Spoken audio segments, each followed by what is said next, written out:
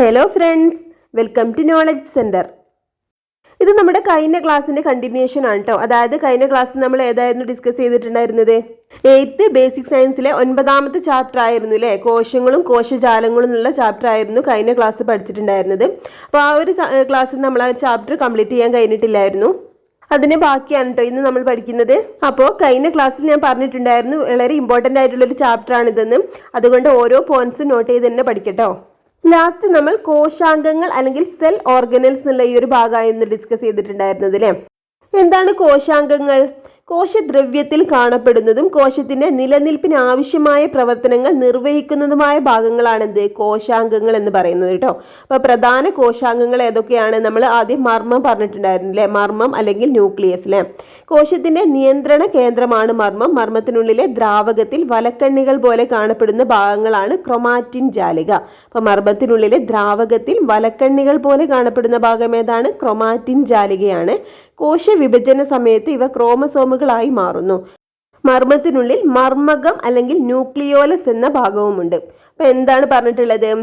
കോശ വിഭജന സമയത്ത് ക്രോമസോമുകളായിട്ട് മാറുന്ന കോശഭാഗം ഏതാണ്? ക്രൊമാറ്റിൻ ജാലികയാണ് കേട്ടോ. പിന്നെന്താണ് പറഞ്ഞിട്ടുള്ളത്? മർമ്മത്തിനുള്ളിൽ മർമ്മകം അല്ലെങ്കിൽ ന്യൂക്ലിയോലസ് എന്ന ഭാഗവുമുണ്ട്. അപ്പൊ ക്രൊമാറ്റിൻ ജാലികയും മർമ്മകവും എവിടെയാണ് കാണപ്പെടുന്നത്? മർമ്മത്തിനുള്ളിലാണ്. അതിന്റെ പിക്ചർ ഇവിടെ കൊടുത്തിട്ടുണ്ട് കേട്ടോ. അടുത്തൊരു കോശാംഗമാണ് ഗോൾഗി വസ്തുക്കൾ അല്ലെങ്കിൽ ഗോൾഗി അപ്പാരറ്റസ്. ഒരു കോശത്തിൽ അടുക്കി വെച്ച സ്ഥിരപാളികൾ പോലെ കാണപ്പെടുന്ന കോശാംഗങ്ങളാണിവ. അപ്പോൾ ഒരു കോശത്തിൽ എന്താണ് അടുക്കി വെച്ച സ്ഥിരപാളികൾ പോലെ കാണപ്പെടുന്ന കോശാംഗം ഏതാണ്? ഗോൾഗി വസ്തുക്കൾ അല്ലെങ്കിൽ ഗോൾഗി അപ്പാരറ്റസ് ആണ് കേട്ടോ. പ്രോട്ടീനുകളും ലിപ്പിഡുകളും സ്ഥിരസഞ്ചികളിൽ പൊതിഞ്ഞ് കോശത്തിന്റെ വിവിധ ഭാഗങ്ങളിലേക്കും കോശത്തിന് പുറത്തേക്കും അയക്കുന്നത് ഈ കോശാംഗങ്ങളാണ്. അപ്പൊ എന്താണ് ഗോൾഗി വസ്തുക്കളുടെ ധർമ്മം? എന്താണ് പറഞ്ഞിട്ടുള്ളത്? പ്രോട്ടീനുകളും ലിപ്പിഡുകളും സ്ഥിരസഞ്ചികളിൽ പൊതിഞ്ഞ് കോശത്തിന്റെ വിവിധ ഭാഗങ്ങളിലേക്കും അതുപോലെ കോശത്തിന് പുറത്തേക്കും അയക്കുന്നത് ആരാണ്? ഗോൾഗി വസ്തുക്കളാണ് കേട്ടോ. അപ്പോൾ ഒരു കോശത്തിൽ അടുക്കി വെച്ച് സ്ഥിരപാളികൾ പോലെ കാണപ്പെടുന്ന കോശാംഗങ്ങളാണ്. പിന്നെന്താണ് അവരുടെ ധർമ്മം? പ്രോട്ടീനുകളും ലിപ്പിഡുകളും സ്ഥിരസഞ്ചികളിൽ പൊതിഞ്ഞ് കോശത്തിന്റെ വിവിധ ഭാഗങ്ങളിലേക്കും കോശത്തിന് പുറത്തേക്കും അയക്കുന്നത് ഗോൾഗി വസ്തുക്കളാണ്.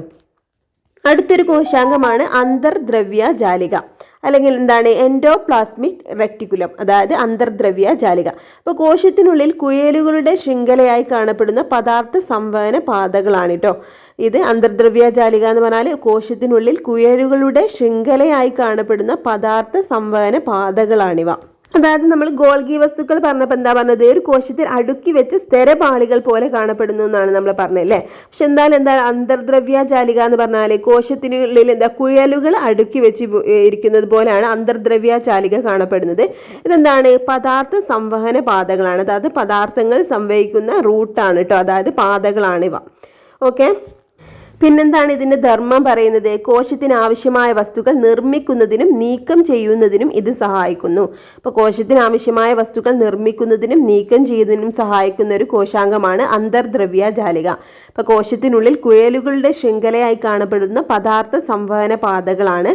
അതുപോലെ കോശത്തിന് ആവശ്യമായ വസ്തുക്കൾ നിർമ്മിക്കുന്നതിനും നീക്കം ചെയ്യുന്നതിനും ഇത് സഹായിക്കുന്നു. അടുത്തൊരു കോശാംഗമാണ് മൈറ്റോകോൺട്രിയ. കോശത്തിലെ ഊർജോൽപാദന കേന്ദ്രം എന്നറിയപ്പെടുന്ന ഭാഗമാണ് മൈറ്റോകോൺട്രിയ കേട്ടോ. അല്ലെങ്കിൽ പവർ ഹൗസ്. ഒരു കോശത്തിലെ പവർ ഹൗസ് എന്നറിയപ്പെടുന്ന അല്ലെങ്കിൽ ഊർജോൽപാദന കേന്ദ്രം എന്നൊക്കെ അറിയപ്പെടുന്നത് മൈറ്റോകോൺട്രിയ ആണ്. ഗ്ലൂക്കോസിന്റെ ഓക്സീകരണ ഫലമായി ലഭിക്കുന്ന ഊർജത്തെ സംഭരിച്ച് വെക്കുകയും ആവശ്യാനുസരണം വിതരണം ചെയ്യുകയും ചെയ്യുന്നത് ആരാണ്? മൈറ്റോകോൺട്രിയ ആണ് കേട്ടോ. അപ്പോൾ നമ്മൾ പഠിച്ചിട്ടുണ്ടല്ലേ, ഗ്ലൂക്കോസിന്റെ ഓക്സീകരണ ഫലമായിട്ട് ഊർജം ഉൽപ്പാദിപ്പിക്കപ്പെടുന്നുണ്ടെന്ന്. ഈ ഒരു ഊർജത്തെ സംഭരിച്ച് വെക്കുകയും ആവശ്യാനുസരണം വിതരണം ചെയ്യുകയും ചെയ്യുന്നത് മൈറ്റോകോൺട്രിയ ആണ്. ഇനി അടുത്തതായിട്ട് നമുക്ക് പഠിക്കാനുള്ളത് ജൈവകണങ്ങൾ അല്ലെങ്കിൽ പ്ലാസ്റ്റിഡ്സ് ആണ് കേട്ടോ. എന്താണ്? ആഹാരം നിർമ്മിക്കുന്നതിനും സംഭരിക്കുന്നതിനും സഹായിക്കുന്ന സസ്യകോശങ്ങളുടെ പ്രത്യേക ഭാഗങ്ങളാണ് ജൈവകണങ്ങൾ. അപ്പോൾ വിവിധ തരം ജൈവകണങ്ങൾ വ്യത്യസ്ത ധർമ്മങ്ങൾ നിർവഹിക്കുന്നു. അപ്പം എന്താണ് ജൈവകണങ്ങൾ എന്ന് പറഞ്ഞാൽ ആഹാരം നിർമ്മിക്കുന്നതിനും സംഭരിക്കുന്നതിനും സഹായിക്കുന്ന സസ്യകോശങ്ങളുടെ പ്രത്യേക ഭാഗങ്ങളാണ് ജൈവകണങ്ങൾ എന്ന് പറഞ്ഞാൽ. ആഹാരം നിർമ്മിക്കുന്നതിനും സംഭരിക്കുന്നതിനും സഹായിക്കുന്ന ഭാഗങ്ങളാണ് കേട്ടോ കോശത്തിലെ. അപ്പോൾ വിവിധ തരം ജൈവകണങ്ങൾ വ്യത്യസ്ത ധർമ്മങ്ങൾ നിർവഹിക്കുന്നുണ്ട്. അപ്പോൾ ഏതൊക്കെയാണ് വിവിധ തരം ജൈവകണങ്ങൾ? ഹരിതകണങ്ങളുണ്ട്, വർണ്ണകണങ്ങളുണ്ട്, അതുപോലെ ക്ഷേതകണങ്ങളുണ്ട് കേട്ടോ. അപ്പോൾ ആദ്യം ഹരിതകണങ്ങൾ എന്താണെന്ന് നോക്കാം, അല്ലെങ്കിൽ ക്ലോറോപ്ലാസ്റ്റസ്. എന്താണ് ഹരിതകണങ്ങൾ? ഇലകളിലും തണ്ടുകളിലും കാണപ്പെടുന്ന പച്ച നിറമുള്ള ജൈവകണങ്ങളാണിവ. ഇവയിൽ ഹരിതകം എന്ന വർണ്ണകം അടങ്ങിയിട്ടുണ്ട്. ഇത് സൂര്യപ്രകാശത്തെ ആഗിരണം ചെയ്ത് ഭക്ഷണം ഉണ്ടാക്കാൻ സഹായിക്കുന്നു. നമ്മൾ പ്രകാശ സംശ്ലേഷണം എന്ന ഭാഗത്ത് ഇത് പഠിക്കുന്നുണ്ട് അല്ലേ, ഹരിതകം എന്ന വർണ്ണവസ്തുവിനെ കുറിച്ച്. അപ്പോൾ എന്താണ് അത് എവിടെയാണ് കാണപ്പെടുന്നത്? ഹരിത കണങ്ങളിലാട്ടോ. ഇലകളിലും തണ്ടുകളിലും കാണപ്പെടുന്ന പച്ച നിറമുള്ള ജൈവ കണങ്ങളാണ് ഹരിതകണങ്ങൾ. അവയിൽ അടങ്ങിയിട്ടുള്ള ഒരു വർണ്ണകമാണ് ഹരിതകം കേട്ടോ. അപ്പോൾ ഹരിതകം അല്ലെങ്കിൽ ക്ലോറോപ്ലാസ്റ്റ് ഇത് സൂര്യപ്രകാശത്തെ ആഗിരണം ചെയ്ത് ഭക്ഷണം ഉണ്ടാക്കാൻ സഹായിക്കുന്നു. അടുത്തതാണ് വർണ്ണകണങ്ങൾ അല്ലെങ്കിൽ ക്രോമോപ്ലാസ്റ്റസ്. എന്താണ് വർണ്ണകണങ്ങൾ? പഴങ്ങളിലും പൂക്കളിലും കാണപ്പെടുന്ന വർണ്ണാഭമായ ജൈവ കണങ്ങളാണിത്. ചുവപ്പ്, ഓറഞ്ച്, മഞ്ഞ തുടങ്ങിയ നിറങ്ങൾ നൽകുന്ന വർണ്ണങ്ങളുണ്ട്. ഈ നിറങ്ങൾ പരാഗണത്തിനും വിത്ത് വിതരണത്തിനും സഹായിക്കുന്ന ജീവികളെ ആകർഷിക്കുന്നു. അപ്പോൾ പഴങ്ങളിലും പൂക്കളിലും കാണപ്പെടുന്ന വർണ്ണാഭമായ ജൈവകണങ്ങളാണ് വർണ്ണകണങ്ങൾ എന്ന് പറഞ്ഞാൽ. അതെന്താണ്? ചുവപ്പ്, ഓറഞ്ച്, മഞ്ഞ തുടങ്ങിയ നിറങ്ങൾ നൽകുന്ന വർണ്ണങ്ങളുണ്ട്. ചുവപ്പ് നിറം നൽകുന്നത് നമ്മൾ പഠിച്ചിട്ടുണ്ട്, ആന്തോസയാനിനാണ്. ഓറഞ്ച് ഏതായിരുന്നു? കരോട്ടിനാണ്. മഞ്ഞ സാന്തോഫിലായിരുന്നു അല്ലേ. ഇതൊക്കെ നമ്മൾ കഴിഞ്ഞ ക്ലാസ് പഠിച്ചിട്ടുള്ളതാണ്. അപ്പോൾ ഈ നിറങ്ങൾ പരാഗണത്തിനും വിത്ത് വിതരണത്തിനും സഹായിക്കുന്ന ജീവികളെ ആകർഷിക്കുന്നു. അടുത്തതാണ് ശ്വേതകണങ്ങൾ അല്ലെങ്കിൽ ല്യൂക്കോപ്ലാസ്റ്റസ്. വിത്തുകൾ, വേരുകൾ, തണ്ടുകൾ എന്നിവയിൽ കാണപ്പെടുന്ന വെളുത്തതോ നിറമില്ലാത്തതോ ആയ ജൈവകണങ്ങളാണിവ. അന്നജം, എണ്ണ, പ്രോട്ടീൻ തുടങ്ങിയവ സംഭരിക്കുന്നത് ശ്വേതകണങ്ങളിലാണ്. അപ്പോൾ എന്താണ് ശ്വേതകണങ്ങൾ അല്ലെങ്കിൽ ല്യൂക്കോപ്ലാസ്റ്റസ് എന്ന് പറഞ്ഞാൽ? വിത്തുകൾ, വേരുകൾ, തണ്ടുകൾ എന്നിവയിൽ കാണപ്പെടുന്ന വെളുത്തതോ നിറമില്ലാത്തതോ ആയ ജൈവകണങ്ങളാണ്. എവിടെയൊക്കെയാണ്? വിത്തുകളിലും വേരുകളിലും തണ്ടുകളിലും ഒക്കെ കാണപ്പെടുന്നുണ്ടോ. അപ്പോൾ വെളുത്തതോ ആയിരിക്കും അല്ലെങ്കിൽ നിറമില്ലാത്തതോ ആയ ജൈവകണങ്ങളാണിത്. അന്നജം, എണ്ണ, പ്രോട്ടീൻ തുടങ്ങിയവ സംഭരിക്കുന്നത് ശ്വേതകണങ്ങളിലാണ്. അപ്പോൾ അന്നജം, എണ്ണ, പ്രോട്ടീൻ തുടങ്ങിയവ സംഭരിക്കുന്നത് ഏത് ജൈവകണങ്ങളിലാണ്? ശ്വേതകണങ്ങളിലാണ് കേട്ടോ. അടുത്തൊരു ഇമ്പോർട്ടൻ്റ് ആയിട്ടുള്ള ഒരു കോശാംഗമാണ് ഇത് ഫേനം അല്ലെങ്കിൽ വാക്യൂൾ കേട്ടോ. ജലം, പോഷകങ്ങൾ, മാലിന്യങ്ങൾ എന്നിവ സംഭരിക്കുന്നു. ജലവും പോഷകങ്ങളും മാലിന്യങ്ങളും ഒക്കെ സംഭരിച്ചു വെക്കുന്നത് എവിടെയാണ്? ഫേനത്തിലാണ്. സസ്യകോശങ്ങളിൽ പൊതുവെ വലിയ ഫേനങ്ങൾ കാണപ്പെടുന്നു. അപ്പോൾ സസ്യകോശങ്ങളിൽ പൊതുവെ എന്താണ്? വലിയ ഫേനങ്ങൾ കാണപ്പെടുന്നു. ചിലപ്പോൾ പ്രസ്താവനയായിട്ട് ചോദിക്കട്ടോ. അപ്പോൾ ജലം, പോഷകങ്ങൾ, മാലിന്യങ്ങൾ എന്നിവ സംഭരിക്കുന്നത് ഫേനത്തിലാണ്. സസ്യകോശങ്ങളിൽ എന്താണ്? വലിയ ഫേനങ്ങളാണ് കാണപ്പെടുന്നത്. അടുത്തത് റൈബോസോം ആണ്. എന്താണ് റൈബോസോം? കോശദ്രവ്യത്തിൽ സ്വതന്ത്രമായോ അന്തർദ്രവ്യ ജാലികയോടോ ചേർന്ന് കാണപ്പെടുന്നു. പ്രോട്ടീൻ നിർമ്മാണ കേന്ദ്രമായി പ്രവർത്തിക്കുന്നു. അപ്പം എന്തൊക്കെ പറഞ്ഞു? കോശദ്രവ്യത്തിൽ സ്വതന്ത്രമായോ അന്തർദ്രവ്യ ജാലികയോട് ചേർന്നോ കാണപ്പെടുന്ന ഒരു ഭാഗമാണ് റൈബോസോം കേട്ടോ. അപ്പോൾ അന്തർദ്രവ്യ ജാലിക എന്താണെന്ന് നമ്മൾ പറഞ്ഞിട്ടുണ്ടായിരുന്നു അല്ലേ. കോശത്തിനുള്ളിൽ കുഴലുകളുടെ ശൃംഖലയായി കാണപ്പെടുന്ന പദാർത്ഥ സംവഹന പാതകളാണെന്ത്? അന്തർദ്രവ്യ ജാലിക എന്ന് പറഞ്ഞിട്ടുള്ളത്. അപ്പോൾ എന്താണ്? റൈബോസോം കോശദ്രവ്യത്തിൽ സ്വതന്ത്രമായിട്ടോ അതുപോലെ എന്താണ് ഈ ഒരു അന്തർദ്രവ്യ ജാലികയോടോ ചേർന്ന് കാണപ്പെടുന്ന ഒരു കോശാംഗമാണ് റൈബോസോം. ഇതെന്താണ്? പ്രോട്ടീൻ നിർമ്മാണ കേന്ദ്രമായിട്ട് പ്രവർത്തിക്കുന്നു. പ്രോട്ടീൻ നിർമ്മാണ കേന്ദ്രമാണെന്ത്? റൈബോസോം കേട്ടോ. ഇനി ഇവിടെ സൈഡിലായിട്ട് റൈബോസോമിൻ്റെ ഒരു ചിത്രം തന്നിട്ടുണ്ട്. ഇത് നമുക്ക് 2 യൂണിറ്റ് ആയിട്ട് കാണാം അല്ലേ. അപ്പോൾ എന്താണ്? റൈബോസോം എന്താ 2 യൂണിറ്റ് ആയിട്ടാണ് കാണപ്പെടുന്നത്. ഒന്ന് ലാർജ് യൂണിറ്റും ഒന്ന് എന്താ സ്മോൾ യൂണിറ്റും. നടുവിലായിട്ട് നമുക്ക് കാണാൻ കഴിയുന്ന ഒരു ലൈൻ ഉണ്ട് അല്ലേ, അത് mRNA ആണ് കേട്ടോ. അപ്പോൾ കോശത്തിനുള്ളിലെ പ്രോട്ടീൻ നിർമ്മാണ കേന്ദ്രം അല്ലെങ്കിൽ എന്താണ് പ്രോട്ടീൻ ഫാക്ടറി എന്നൊക്കെ അറിയപ്പെടുന്നത് ഏതാണ്? റൈബോസോം ആണ്. അടുത്തതായി നമുക്ക് പഠിക്കാനുള്ളത് സസ്യകലകളാണ്. ഇനി ഇവിടെ എന്താണ് തന്നിരിക്കുന്നത് നോക്കാം. മൈക്രോസ്കോപ്പിലൂടെ നിരീക്ഷിക്കുമ്പോഴുള്ളൊരു സസ്യകാണ്ഡത്തിന്റെ ഛേദമാണ് കേട്ടോ ഇവിടെ നൽകിയിട്ടുള്ളത്. ഇവിടെ താഴെ പിങ്ക് കളറിൽ കൊടുത്തിട്ടുള്ളതാണ് കേട്ടോ ക്രോസ് സെക്ഷൻ, അതായത് ഛേദം. അപ്പോൾ ഇതിൻ്റെ ഒരു ചെറിയൊരു പാർട്ട് എൻലാർജ് ചെയ്ത് കൊടുത്തിട്ടുള്ളതാണ് ഇതിൻ്റെ ഈ സൈഡിലായിട്ടുള്ളത്. ഈ ഒരു ക്രോസ് സെക്ഷനിൽ നമുക്ക് എന്താണ് വ്യത്യസ്ത തരത്തിലുള്ള കോശങ്ങൾ കാണാൻ പറ്റുന്നുണ്ട് അല്ലേ. ഇവിടെ 3 എണ്ണം നമുക്ക് ഫില്ല് ചെയ്യാനായിട്ട് തന്നിട്ടുണ്ട്. ഏതൊക്കെയാണെന്നാണ് ഇത് മനസ്സിലാക്കാനായിട്ട് ഇവിടെ ഓരോന്നിനും ഓരോ സൂചകങ്ങൾ നൽകിയിട്ടുണ്ട് കേട്ടോ. ഒന്നാമത്തത് എന്താ പറയുന്നത്? കട്ടിയില്ലാത്ത കോശഭിത്തിയുള്ള കോശങ്ങൾ. രണ്ടാമത്തത് എന്താണ്? മൂലകൾ മാത്രം കട്ടിയുള്ള കോശഭിത്തിയുള്ള കോശങ്ങളാണ്. മൂന്നാമത്തത് എല്ലാ ഭാഗത്തും ഒരുപോലെ കട്ടിയുള്ള കോശഭിത്തിയുള്ള കോശങ്ങൾ. ഇത് ഓരോന്നും ഏതൊക്കെയാണെന്ന് നോക്കാം.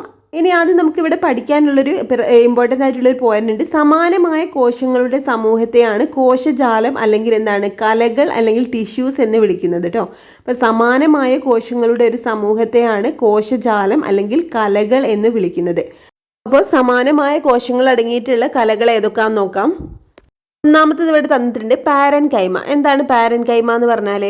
ഇതൊരു സസ്യകലയാണ് കേട്ടോ. എന്താണ് സസ്യകല എന്ന് പറഞ്ഞാല്? ഒരു സസ്യത്തിനുള്ളിലെ സമാന ഗുണങ്ങളുള്ള കോശങ്ങൾ അടങ്ങിയിട്ടുള്ള ഒരു കോശ സമൂഹമാണെന്ത്? സസ്യകല എന്ന് പറഞ്ഞിട്ടുള്ളത്. അപ്പൊ പാരൻകൈമ ഒരു സസ്യകലയാണ്. അപ്പോൾ ജീവനുള്ള കോശങ്ങൾ അടങ്ങിയവയാണ്. അതുപോലെ കനം കുറഞ്ഞ കോശഭിത്തിയായിരിക്കും. കോശാന്തര സ്ഥലങ്ങൾ കാണപ്പെടുന്നു. പ്രകാശ സംശ്ലേഷണം, ആഹാര സംഭരണം തുടങ്ങിയ ധർമ്മങ്ങൾ നിർവഹിക്കുന്നു. ചില ഭാഗങ്ങളിലെ കോശങ്ങൾക്ക് വിഭജിക്കാനുള്ള കഴിവുമുണ്ട്. അപ്പോൾ പാരൻകൈമൻ്റെ സവിശേഷതകളാണ് പറഞ്ഞിട്ടുള്ളത്. പാരൻകൈമ എന്നുള്ള സസ്യകലയിൽ ഉൾപ്പെട്ടിട്ടുള്ള കോശങ്ങളുടെ സവിശേഷതകളാണ് പറഞ്ഞിട്ടുള്ളത്. ജീവനുള്ള കോശങ്ങളാണ് ഇതിൽ അടങ്ങിയിട്ടുള്ളത്. അതുപോലെ എന്താണ്, കോശങ്ങൾക്ക് കനം കുറഞ്ഞ കോശഭിത്തിയാണ്. കോശാന്തര സ്ഥലങ്ങൾ കാണപ്പെടുന്നുണ്ട്. അതുപോലെ പ്രകാശ സംശ്ലേഷണം, ആഹാര സംഭരണം തുടങ്ങിയ ധർമ്മങ്ങൾ നിർവഹിക്കുന്നു. ചില ഭാഗങ്ങളിലെ കോശങ്ങൾക്ക് വിഭജിക്കാനുള്ള കഴിവുമുണ്ട്. അപ്പോൾ ഈ എല്ലാ സവിശേഷതകളും അടങ്ങിയിട്ടുള്ള ഒരു കോശ സമൂഹത്തെയാണ് പാരൻകൈമ എന്ന് വിളിക്കുന്നത്. അതായത് സസ്യകല, പാരൻകൈമ. അടുത്തത് കോളൻകൈമയാണ്. കോളൻകൈമയുടെ സവിശേഷതകൾ ഏതൊക്കെയാണ്? ജീവനുള്ള കോശങ്ങൾ അടങ്ങിയ കലയാണ്. സെല്ലുലോസ്, പെക്റ്റിൻ തുടങ്ങിയ പദാർത്ഥങ്ങളാൽ നിർമ്മിതമായ കോശഭിത്തിയാണ്. കോശഭിത്തിയുടെ ചില ഭാഗങ്ങളിൽ മാത്രം കട്ടി കൂടുതലായിരിക്കും. അതുപോലെ സസ്യഭാഗങ്ങളുടെ ആകൃതി നിലനിർത്താൻ സഹായിക്കുന്നുണ്ട്. കോളൻകൈമയുടെ സവിശേഷതകളാണ് ജീവനുള്ള കോശങ്ങൾ അടങ്ങിയ കലയാണ്. അതുപോലെ സെല്ലുലോസ്, പെക്റ്റിൻ തുടങ്ങിയ പദാർത്ഥങ്ങളാൽ നിർമ്മിതമായ കോശഭിത്തിയാണ്. കോശഭിത്തിയുടെ ചില ഭാഗങ്ങളിൽ മാത്രം കട്ടി കൂടുതലായിരിക്കും. ഇനി സസ്യഭാഗങ്ങളുടെ ആകൃതി നിലനിർത്താൻ സഹായിക്കുന്നത് കോളൻകൈമയാണ് കേട്ടോ. അടുത്തത് സ്ക്ലീറൻകൈമ. സ്ക്ലീറൻകൈമയിലെ കോശങ്ങളുടെ സവിശേഷതകൾ എന്തൊക്കെയാണ്? നിർജീവമായ കോശങ്ങൾ അടങ്ങിയ കലയാണ് സ്ക്ലീറൻകൈമ. കട്ടി കൂടിയ കോശഭിത്തിയാണ്. കോശഭിത്തിയുടെ എല്ലാ ഭാഗത്തും ഒരുപോലെ കട്ടിയുള്ളതിനായതിനാൽ സസ്യങ്ങൾക്ക് ദൃഢതയും താങ്ങും നൽകുന്നത് സ്ക്ലീറൻകൈമയാണ്. ഓക്കെ, അപ്പം നിർജീവമായ കോശങ്ങളാണ് ഈ ഒരു കലയിൽ അടങ്ങിയിട്ടുള്ളത്. കട്ടി കൂടിയ കോശഭിത്തിയാണ് ഉള്ളത്. കോശഭിത്തിയുടെ എല്ലാ ഭാഗത്തും ഒരുപോലെ കട്ടിയുള്ളതിനാൽ എന്താണ്, സസ്യഭാഗങ്ങൾക്ക് ദൃഢതയും താങ്ങും നൽകുന്നു. അപ്പോൾ 3 തരം കലകൾ ഏതൊക്കെയാണെന്നും അതിൻ്റെ സവിശേഷതകൾ നമ്മൾ പഠിച്ചില്ലേ. അപ്പം നമ്മൾ ഈ ഒരു ഭാഗത്ത് നമ്മൾ ആദ്യം നമുക്ക് ഫില്ല് ചെയ്യാനില്ലായിരുന്നു, അതൊന്ന് നോക്കാം. ഒന്നാമത്തത് എന്താണ്? കട്ടിയില്ലാത്ത കോശഭിത്തിയുള്ള കോശങ്ങളാണ് അല്ലേ സൂചകങ്ങളായിട്ട് കൊടുത്തിട്ടുണ്ടായിരുന്നത്. ഒന്നാമത്തതിൻ്റെ അതേതാണ് നമ്മളിപ്പോൾ പഠിച്ചതിൽ പാരൻകൈമയാണ് അല്ലേ, പാരൻകൈമയാണ്. രണ്ടാമത്തത് എന്തായിരുന്നു സൂചകം? മൂലകൾ മാത്രം കട്ടിയുള്ള കോശഭിത്തിയുള്ള കോശങ്ങൾ അല്ലേ. അപ്പോൾ എല്ലാ ഭാഗത്തും ഒരുപോലെ അല്ലാതെ ചില ഭാഗത്ത് മാത്രം കട്ടിയുള്ള കോശങ്ങൾ കാണപ്പെടുന്നത് എവിടെയാണ്? കോളൻകൈമയിലാണ് അല്ലേ. അതുപോലെ പിന്നെ മൂന്നാമത്തത് എന്തായെന്ന് പറഞ്ഞത്? എല്ലാ ഭാഗത്തും ഒരുപോലെ കട്ടിയുള്ള കോശഭിത്തിയുള്ള കോശങ്ങൾ കാണപ്പെടുന്നത് സ്ക്ലീറൻകൈമയിലാണ്.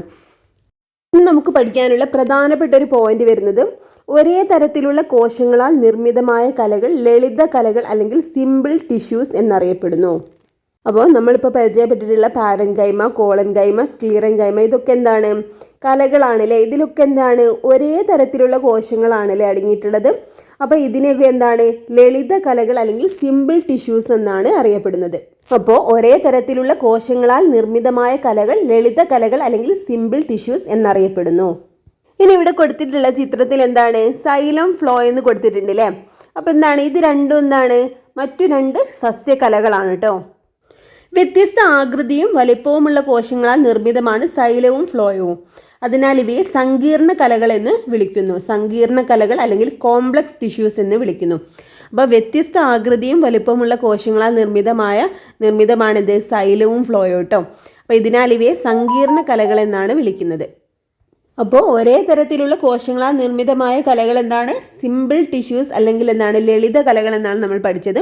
വ്യത്യസ്ത ആകൃതിയും വലുപ്പവുമുള്ള കോശങ്ങളാൽ നിർമ്മിതമാണ് എന്ത്? സൈലവും ഫ്ലോയും. അതിനാൽ ഇവയെ എന്താണ്? സങ്കീർണ കലകൾ അല്ലെങ്കിൽ കോംപ്ലക്സ് ടിഷ്യൂസ് എന്നാണ് വിളിക്കുന്നത്.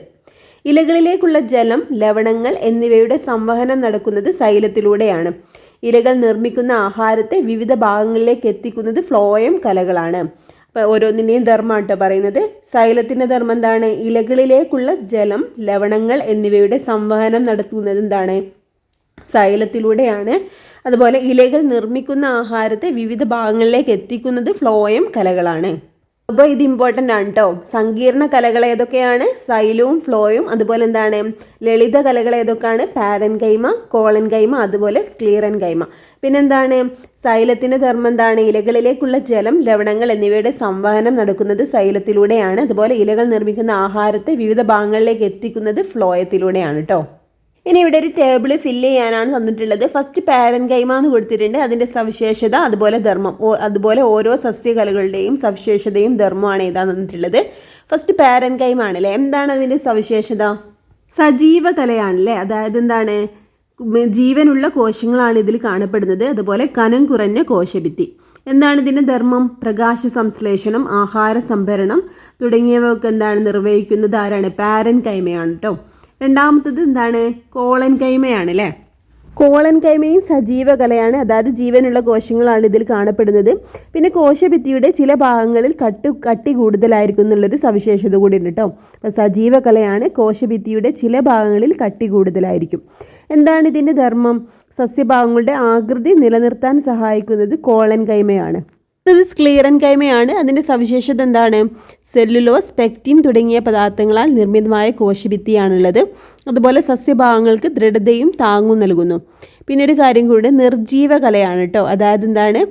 ജീവനില്ലാത്ത കോശങ്ങളാണ് ഇതിൽ കാണപ്പെടുന്നത്. സ്ക്ലീറൻ കൈമൻ്റെ സവിശേഷത എന്താണ്? നിർജീവ കലയാണ്, സെല്ലുലോസ്, പെക്റ്റിൻ തുടങ്ങിയ പദാർത്ഥങ്ങളാൽ നിർമ്മിതമായ കോശഭിത്തിയാണ്, സസ്യഭാഗങ്ങൾക്ക് ദൃഢതയും താങ്ങും നൽകുന്നു. അടുത്തത് സങ്കീർണ കലയായിട്ടുള്ള സൈലാണ്. സൈലത്തിൻ്റെ സവിശേഷത എന്താണ്? വ്യത്യസ്ത ആകൃതിയും വലുപ്പമുള്ള കോശങ്ങളാൽ നിർമ്മിതമാണ്.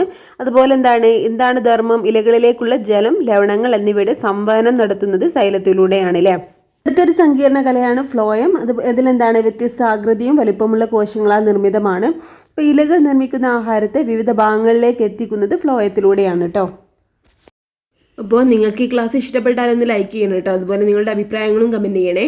ആരെങ്കിലും സബ്സ്ക്രൈബ് ചെയ്യാതെ കാണുന്നുണ്ടെങ്കിൽ ഒന്ന് സബ്സ്ക്രൈബ് ചെയ്ത് സപ്പോർട്ട് ചെയ്യണം കേട്ടോ. നമുക്ക് പഠിക്കാനുള്ളത് മെരിസ്റ്റമിക കലകൾ അല്ലെങ്കിൽ മെരിസ്റ്റമിക് ടിഷ്യൂസ് ആണ്. നിരന്തരമായി വിഭജിക്കാൻ കഴിവുള്ള കോശങ്ങളാൽ നിർമ്മിതമാണ് മെരിസ്റ്റമിക കലകൾ. സസ്യങ്ങളുടെ വളർച്ചയ്ക്ക് കാരണം മെരിസ്റ്റമിക കോശങ്ങളാണ്. അപ്പം നിരന്തരമായി വിഭജിക്കാൻ കഴിവുള്ള കോശങ്ങളാൽ നിർമ്മിതമായിട്ടുള്ള കലകളാണ് മെരിസ്റ്റമിക കലകൾ എന്ന് പറഞ്ഞാൽ സസ്യങ്ങളുടെ വളർച്ചയ്ക്ക് കാരണം മെരിസ്റ്റമിക കോശങ്ങളാണ്.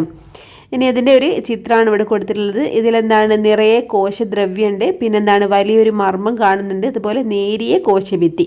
ഇത്രയാണ് മെരിസ്റ്റമിക കോശത്തിൻ്റെ സവിശേഷത കേട്ടോ. വേരിൻ്റെയും കാണ്ഡത്തിൻ്റെയും അഗ്രഭാഗത്ത് കാണപ്പെടുന്ന മെരിസ്റ്റമാണ് അഗ്രമെരിസ്റ്റം എന്ന് പറയുന്നത് കേട്ടോ. Epical meristem. വശങ്ങളിൽ കാണപ്പെടുന്നവയെ പാർശ്വമെരിസ്റ്റം അല്ലെങ്കിൽ ലാറ്ററൽ മെരിസ്റ്റം എന്ന് വിളിക്കുന്നു. അപ്പോൾ വേരിൻ്റെയും കാണ്ഡത്തിൻ്റെയും അഗ്രഭാഗത്ത് കാണപ്പെടുന്ന മെരിസ്റ്റം അഗ്രമെരിസ്റ്റമാണ്. അതുപോലെ വശങ്ങളിൽ കാണപ്പെടുന്നവയെ പാർശ്വമെരിസ്റ്റം എന്നാണ് വിളിക്കുന്നത്. ഏകബീജപത്ര സസ്യങ്ങളെ രണ്ട് പർവ്വങ്ങൾക്കിടയിൽ കാണുന്ന മെരിസ്റ്റമാണ് പർവാന്തര മെരിസ്റ്റം. അപ്പോൾ നമ്മൾ കഴിഞ്ഞ ചാപ്റ്റേഴ്സിലൊക്കെ പഠിച്ചിട്ടുണ്ട് ഏകബീജപത്ര സസ്യങ്ങൾ. ഇപ്പോൾ അതിൻ്റെ രണ്ട് പർവ്വങ്ങൾ, അതായത് നോഡ്സിന് ഇടയിൽ കാണപ്പെടുന്ന മെരിസ്റ്റമാണ് പർവാന്തര മെരിസ്റ്റം, അല്ലെങ്കിൽ ഇന്റർകാലറി മെരിസ്റ്റം. ഇത് മനസ്സിലാക്കാനായിട്ട് ഇവിടെ രണ്ട് ചിത്രങ്ങളാണ് കൊടുത്തിട്ടുള്ളത്. കാണ്ഡത്തിൻ്റെ അഗ്രത്തിൻ്റെ ചിത്രവും അതുപോലെ വേരിൻ്റെ അഗ്രത്തിൻ്റെ ചിത്രവും കൊടുത്തിട്ടുണ്ട്. അതിൽ അഗ്രമെരിസ്റ്റം കാണാൻ കഴിയൂലേ, അതുപോലെ പാർശ്വമെരിസ്റ്റം ഉണ്ട്. അടുത്തതൊരു മുളയുടെ ചിത്രമാണ് കൊടുത്തിട്ടുള്ളത് കേട്ടോ.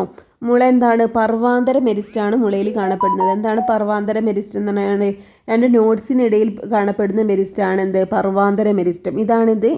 വളരെ മുളക്ക് നമുക്കറിയാം വളരെ ഹൈറ്റ് ഉണ്ട് അല്ലേ. ഈ ഹൈറ്റൊക്കെ ഉണ്ടാവാൻ കാരണം ഈ ഒരു പർവാന്തര മെരിസ്റ്റാണ് കേട്ടോ. ഇനി വിഭജനശേഷി നഷ്ടപ്പെട്ട കോശ സമൂഹങ്ങൾ സ്ഥിരകല എന്നറിയാണ് അറിയപ്പെടുന്നത്. വിഭജനശേഷി നഷ്ടപ്പെട്ട കോശ സമൂഹങ്ങളെ പെർമനൻ്റ് ടിഷ്യൂസ് എന്നാണ് അറിയപ്പെടുന്നത്. അപ്പോൾ പാരൻ കൈമ, സ്ക്ലീറൻ കൈമ, കോളൻ കൈമ, സൈലം, ഫ്ലോയം എന്നിവ സ്ഥിരകലകൾക്ക് ഉദാഹരണങ്ങളാണ്.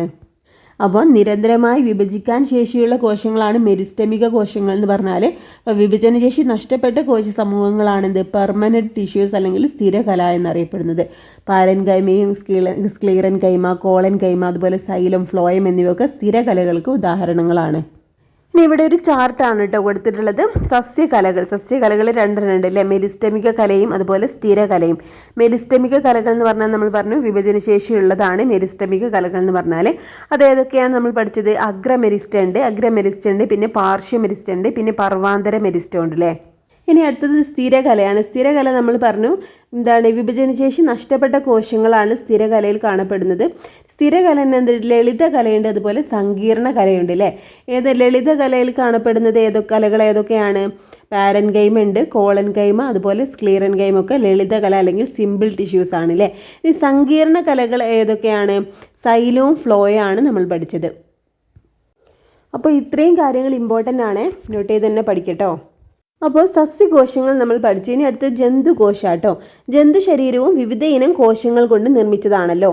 ജന്തുകോശങ്ങളിലെ കോശാംഗങ്ങൾ ഏതെല്ലാമാണെന്നാണ് കേട്ടോ. അപ്പോൾ ഇവിടെ ഒരു ജന്തുകോശത്തിൻ്റെ ചിത്രം കൊടുത്തിട്ടുണ്ട്. ഇതൊക്കെ ഓരോ ഭാഗങ്ങളും ഫില്ല് ചെയ്യാനാണ് തന്നിട്ടുള്ളത്. ഈ കോശത്തിൻ്റെ ഏറ്റവും പുറത്തായിട്ട് കാണപ്പെടുന്നതാണ് കോശസ്തരം. ഇതിന് കോശഭിത്തിയില്ല കേട്ടോ. സസ്യകോശങ്ങളിലാണ് കോശഭിത്തി ഉള്ളത്. കോശസ്തരമാണ് പുറത്ത് കാണപ്പെടുന്നത്. പിന്നെ കോശദ്രവ്യം, പിന്നെ മർമ്മമാണ് കാണപ്പെടുന്നത്. ഇനി മർമ്മത്തിൻ്റെ പുറത്തായിട്ട് നമുക്ക് അന്തർദ്രവ്യ ജാലിക കാണാം. പിന്നെ സെൻട്രിയോൾ ഉണ്ട് അല്ലേ. സെൻട്രിയോൾ എന്താ, കോശ വിഭജനത്തിന് സഹായിക്കുന്നത് സെൻട്രിയോളുകളാണ്. പിന്നെ അതിൻ്റെ സൈഡിലായിട്ടുള്ളതാണ് ഗോൾഗി വസ്തുക്കൾ. അടുത്തതാണ് മൈറ്റോകോൺട്രിയ. കോശത്തിലെ ഊർജ്ജോൽപാദന കേന്ദ്രമാണ് മൈറ്റോകോൺട്രിയ. ഇനി മറ്റൊരു കോശാംഗമാണ് ലൈസോസോം. അന്യവസ്തുക്കളെ നശിപ്പിക്കുക എന്നാണ് അതിൻ്റെ ധർമ്മം കേട്ടോ. ഇനി നമുക്ക് പഠിക്കാനുള്ളത് ജന്തുകലകളാണ്. ആവരണകല ശരീരത്തിൻ്റെ പ്രതലങ്ങളെയും ആന്തരിക അവയവങ്ങളെയും പൊതിഞ്ഞ് സംരക്ഷിക്കുന്നത് ആവരണകലയാണ്. വിവിധ പദാർത്ഥങ്ങളുടെ ആഗിരണത്തെ സഹായിക്കുന്നു. ശ്ലേഷ്മം പോലുള്ള സ്രവങ്ങൾ ഉൽപ്പാദിപ്പിക്കുന്നതും ആവരണകലയാണ് കേട്ടോ. ശരീരത്തിൻ്റെ പ്രതലങ്ങളെയും ആന്തരിക അവയവങ്ങളെയൊക്കെ പൊതിഞ്ഞ് സംരക്ഷിക്കുന്ന ഭാഗമാണ് ആവരണകല.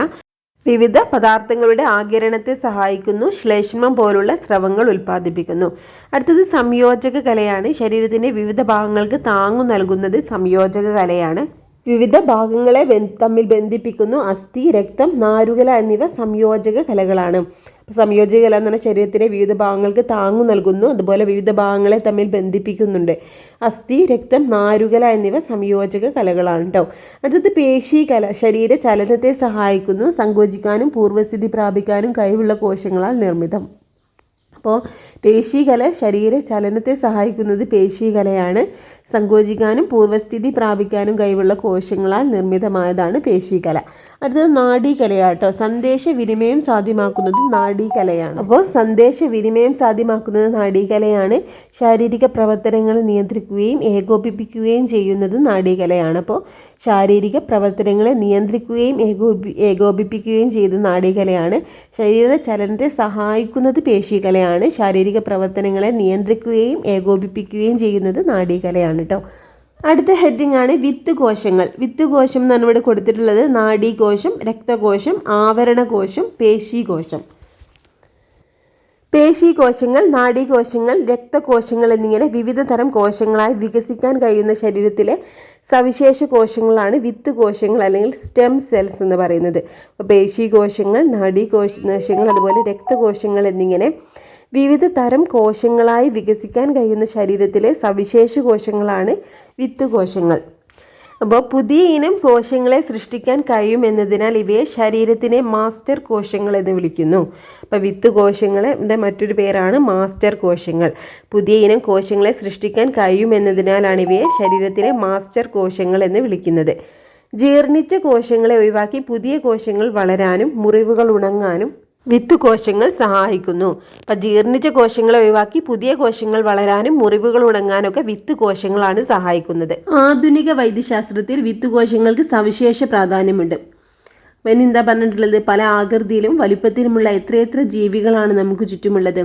ഈ വൈവിധ്യങ്ങൾക്കിടയിലും ജീവജാലങ്ങളിൽ ഒട്ടേറെ സാമ്യതകളുമുണ്ട്. അതിലേറ്റവും പ്രധാനപ്പെട്ടത് എല്ലാ ജീവജാലങ്ങളും കോശങ്ങളാൽ നിർമ്മിതമാണെന്നുള്ളതാണ്. ജീവജാലങ്ങളിലെ ഈ പൊതു സവിശേഷതകൾ നമ്മെ നയിക്കുന്നത് ജീവൻ്റെ അടിസ്ഥാനം ഒന്നാണെന്ന യാഥാർത്ഥ്യത്തിലേക്കാണ്. അപ്പോൾ ഇത്രയാണ് നമുക്ക് ഈ ഒരു ചാപ്റ്ററിൽ പഠിക്കാനുള്ളത് കേട്ടോ. ഒരുപാട് പോയിന്റ്സ് ഉണ്ടല്ലേ പഠിക്കാൻ. അപ്പോൾ ഈ ഒരു ക്ലാസ് നിങ്ങൾക്ക് യൂസ്ഫുൾ ആയിട്ടുണ്ടെങ്കിൽ ഒന്ന് ലൈക്ക് ചെയ്യണേ. അതുപോലെ നിങ്ങളുടെ അഭിപ്രായങ്ങളും കമൻറ്റ് ചെയ്യണേ. ആരെങ്കിലും സബ്സ്ക്രൈബ് ചെയ്യാതെ കാണുന്നുണ്ടെങ്കിൽ ഒന്ന് സബ്സ്ക്രൈബ് ചെയ്ത് സപ്പോർട്ട് ചെയ്യണം കേട്ടോ. Okay friends, thank